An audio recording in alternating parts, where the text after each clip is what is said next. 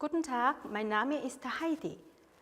안녕하세요, 여러분. 저는 사과나무에서 오랫동안 명덕 외고와 그리고 이화 외고 수업을 하고 있는 하이디입니다.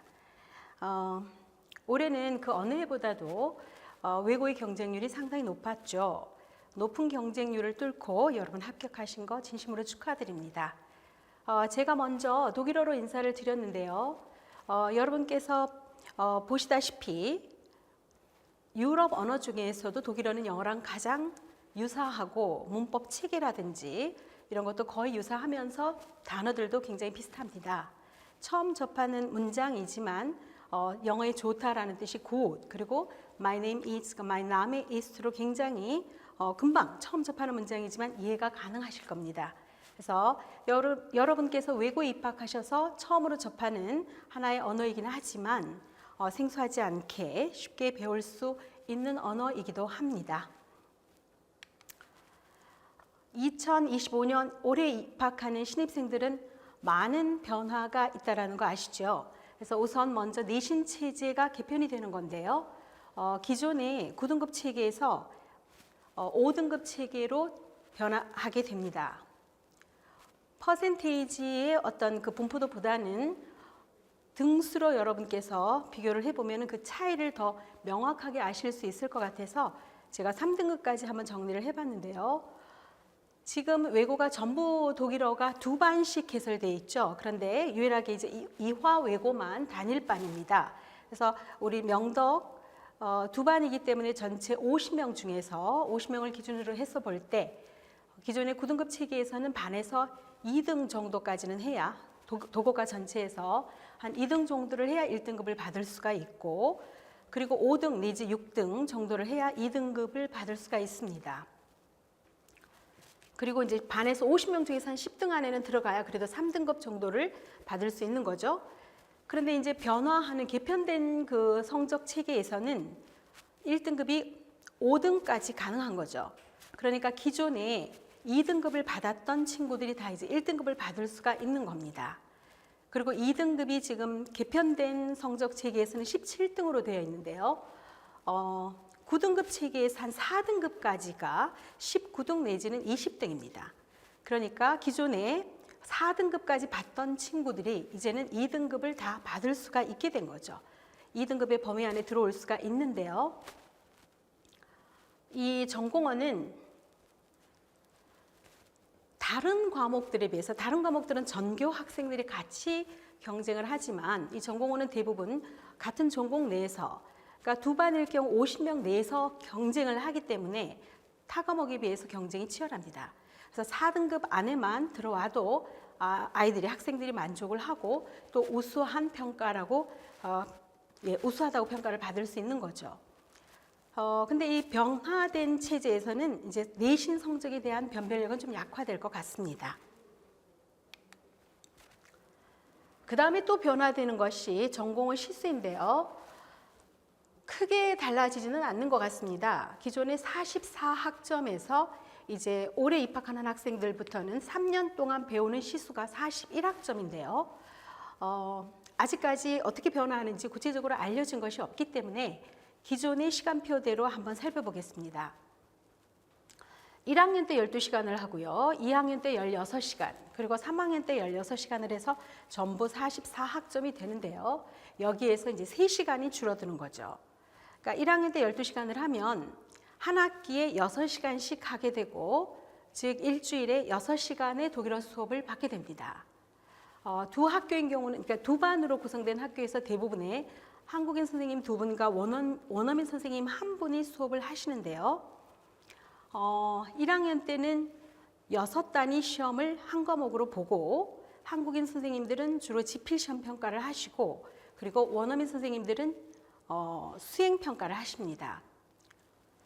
그리고 2학년으로 올라가게 되면 두 과목으로 나뉘어지게 됩니다. 그러니까 한 학기에 8시간 수업을 하게 되는데 한국인 선생님하고 원어민 선생님하고 두 과목으로, 그래서 독일어 독해와 작문 그리고 독일어 회화 이렇게 4시간씩 나눠서 두 과목 시험을 보게 되는 거죠. 학교에 따라 조금 다르긴 한데 명덕 같은 경우는 한국인 선생님이 3시간 수업을 하시고요. 원어민 선생님이 5시간 수업을 하십니다.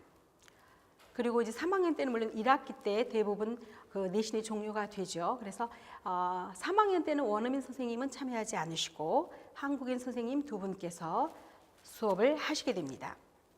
상당히 수업하는 시간 수가 많죠. 그래서 전체 성적에 끼치는 영향력도 상당하다고 볼 수 있습니다.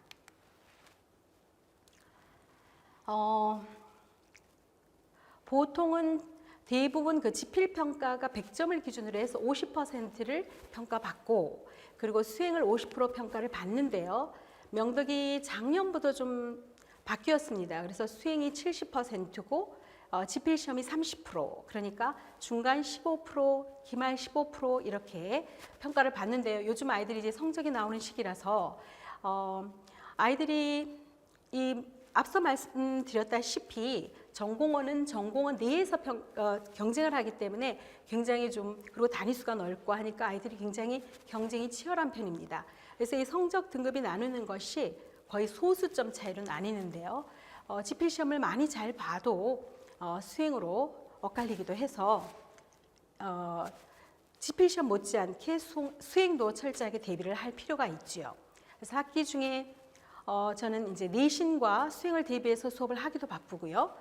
그리고 아이들이 처음으로 접하는 과목이고 처음으로 배우는 과목이죠. 그렇기 때문에 한 번 설명을 듣고 다 이해를 하거나 기억을 하지는 못합니다.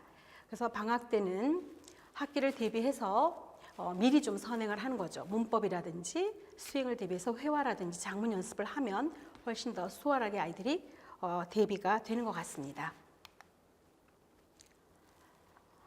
겨울방학 때 시작되는 수업 시간에 대해서 좀 안내를 드리려고 하는데요. 제가 강서관하고 목동관 그리고 두 곳에서 강의 개설을 합니다. 근데 화요일은 그러니까 강서관 수업 같은 경우는 화요일과 금요일 7시에서 10시 주 2회 수업을 하게 되고요. 목동관은 목요일과 일요일, 그러니까 목요일은 7시에서 10시고요. 일요일은 4시에서 7시 이렇게 방학 동안만 주 2회로 수업이 진행이 되고요. 그리고 3월부터 아이들이 입학을 하고 개학을 하게 되면 주 1회 수업을 하게 됩니다. 그러니까 강서관 같은 경우는 금요일 수업이 그대로 남고요. 목동관 같은 경우는 일요일 4시 수업, 그러니까 3월부터 개학을 하게 되면 금요일 수업과 일요일 수업 중에서 선택해서 수강을 할 수가 있습니다. 그런데 겨울방학 때 다른 과목들 스케줄도 잡다가 보면은 독일어하고 시간이 겹칠 수도 있습니다. 그래서 이 두 개로 개설되는 강좌를 교차해서 들을 수도 있습니다. 그러니까 화요일과 목요일 수업이 강서관에서 진행되는 화요일 수업과 목동관에서 진행되는 목요일 수업의 내용이 동일합니다. 그리고 금요일과 일요일 수업이 같겠지요. 그래서 본인의 시간에 따라서 화요일 수업을 듣고 그리고 목동관에서 또 일요일 수업을 듣고 이렇게 교차로 수업을 들을 수도 있다고 말씀드립니다. 그리고 목요일과 금요일 수업을 이렇게 들을 수도 있지만 너무 시간이 바짝 붙어서 아이들이 복습을 하거나 대비를 할 시간이 좀 없을 것 같아서 어쨌든 불가피한 경우는 이렇게도 수강할 수 있다는 말씀을 드립니다.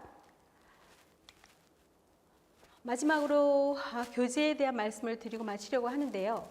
교재는 내게는 특별한 독일어를 부탁해라는 제목으로 달학원에서 출간이 되었습니다. 제가 직접 쓴 교재이고요.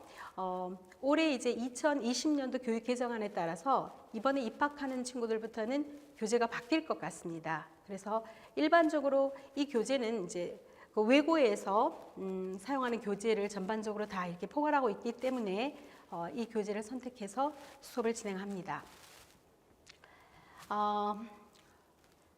말씀드렸듯이 그 독일어뿐만 아니라 전공어가 겨울방학 때 시작을 하고 처음으로 배우는 것이기 때문에 아이들이 미리 방학 때는 다른 주요 과목들도 굉장히 중요하지만 이번 겨울방학 때는 전공어에 우선순위를 두고 대비를 하고 들어가시면 아이들이 좀 더 모르는 것에 대한 막연함도 극복할 수가 있고 좀 더 자신감을 가지고 출발할 수 있지 않을까 싶습니다. 그래서 이번 겨울방학 그래도 입학하기 전에가 시간이 가장 많기 때문에 이때 충분히 대비하고 들어갈 것을 권합니다. 여러분 이제 외고에 합격하셨습니다. 그리고 연말이네요. 즐거운 시간 보내시고 새해에 강의실에서 여러분 꼭 다시 만날 수 있기를 바랍니다. 감사합니다. Auf Wiedersehen.